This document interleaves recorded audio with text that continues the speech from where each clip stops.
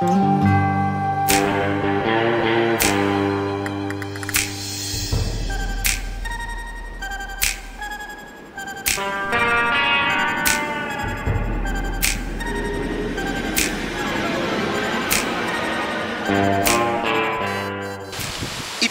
ang barangay Talahiban 2, isa sa mga barangay sa San Juan, Batangas na matatagpuan sa Timog Silangan, kung saan ay may isang uri ng sakit na nagbabanta sa lumalaking populasyon ng barangay na to.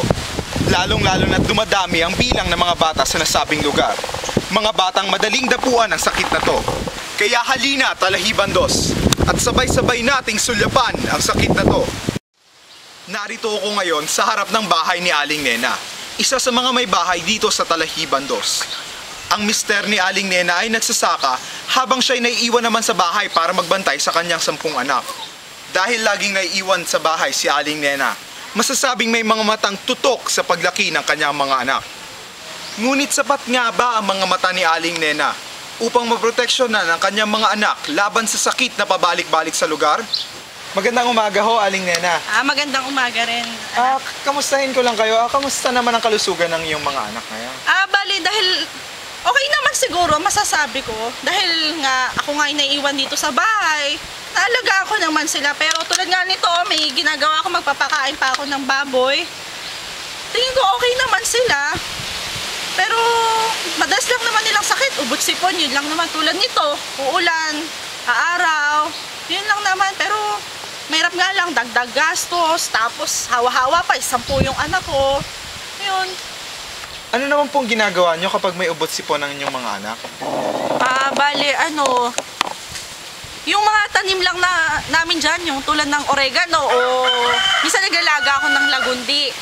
O kaya kasi para mapaso yung lalamunan, pinapainom ko ng mainit na kalamansi juice ba? Ayun. Lahat po ba ng inyong mga anak, pati yung mga sanggol? Siyempre naman, okay naman yun. Wala naman nangyayari. Kaya pinapainom ko na silang lahat. Pati yung mga maliliit kong anak. Ay, wala naman nangyayari. Okay lang. Ayon sa mga datos na aking nakalap, mula noong 2007 hanggang sa kasalukuyan, ang ubo at sipon pa rin ang nanatiling pangunahing dahilan ng pagkakasakit sa nasabing barangay. Marahil, hindi lang si Aling Nena ang nakaharap sa ganitong problema tungkol sa ubo at sipon o ang tinatawag nilang URTI. Ma'am, nabalitaan po namin na sumailalim po ang inyong health center sa isang seminar patungkol sa URTI. Nais ko po sanang malaman kung ano po itong URTI na ito. Bale, ang URTI o Upper Respiratory Tract Infection ay infection sa ilong hanggang sa lalamunan. Ito ay mas kilala bilang ubo at sipon. Ang sintomas ng sakit nito ay kinabibilangan ng sumusunod: pagbabara ng ilong,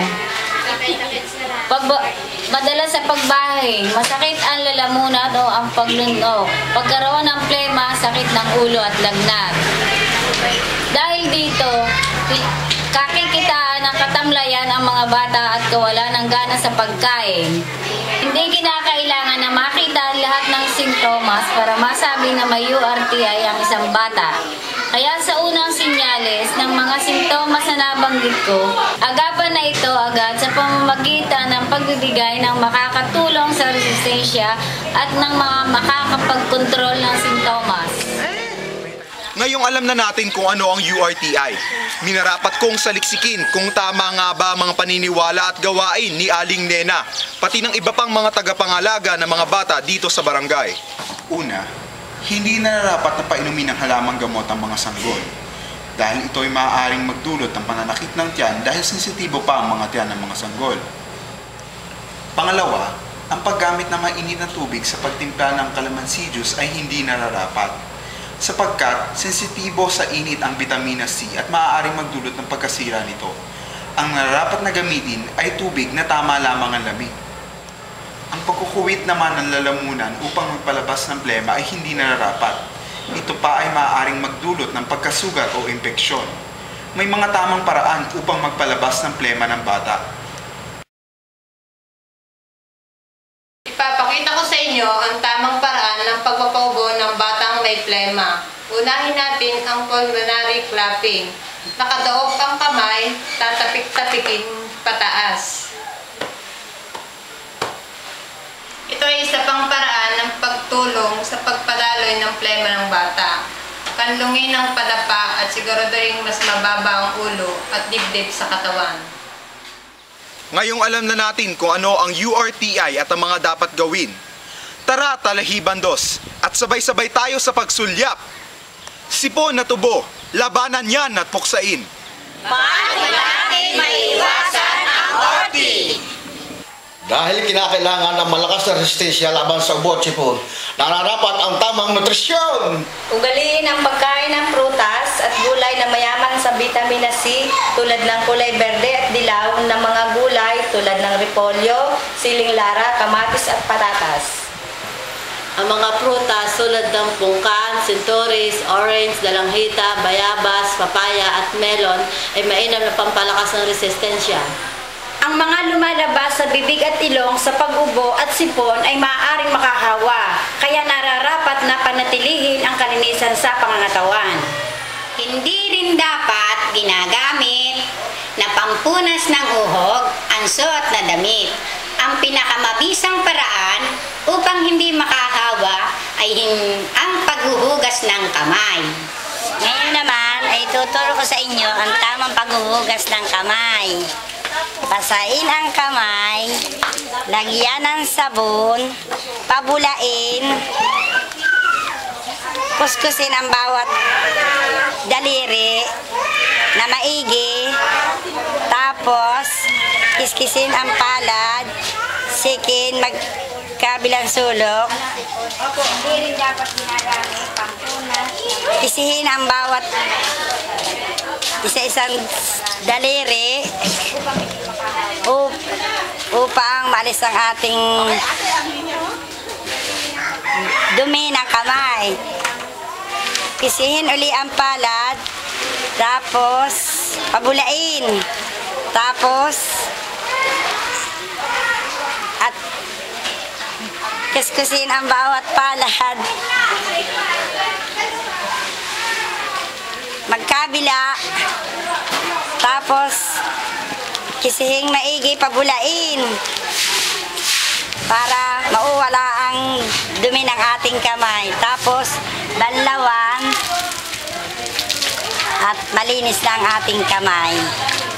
Yan ang tamang paghuhugas ng kamay.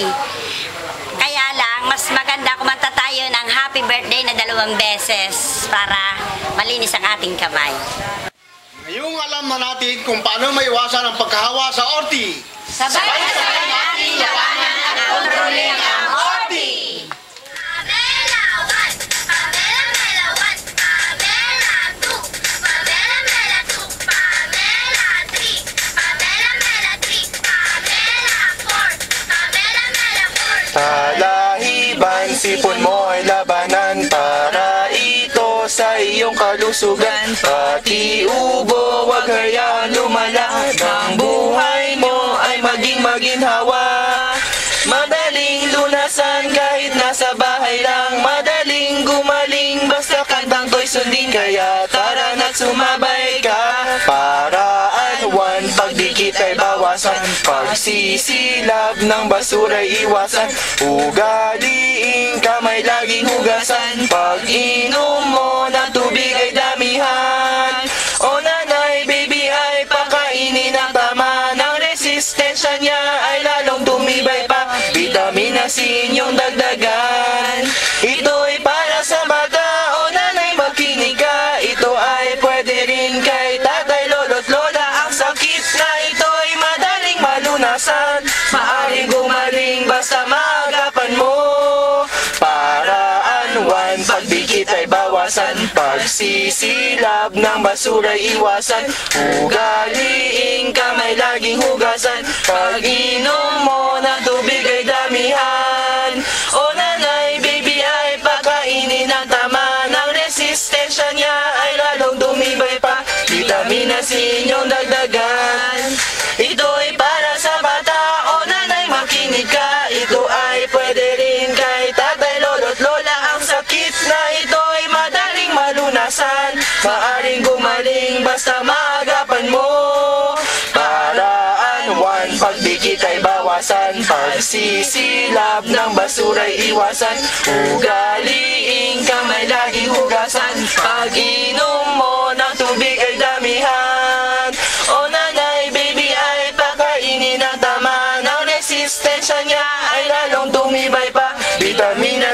inyong dagdag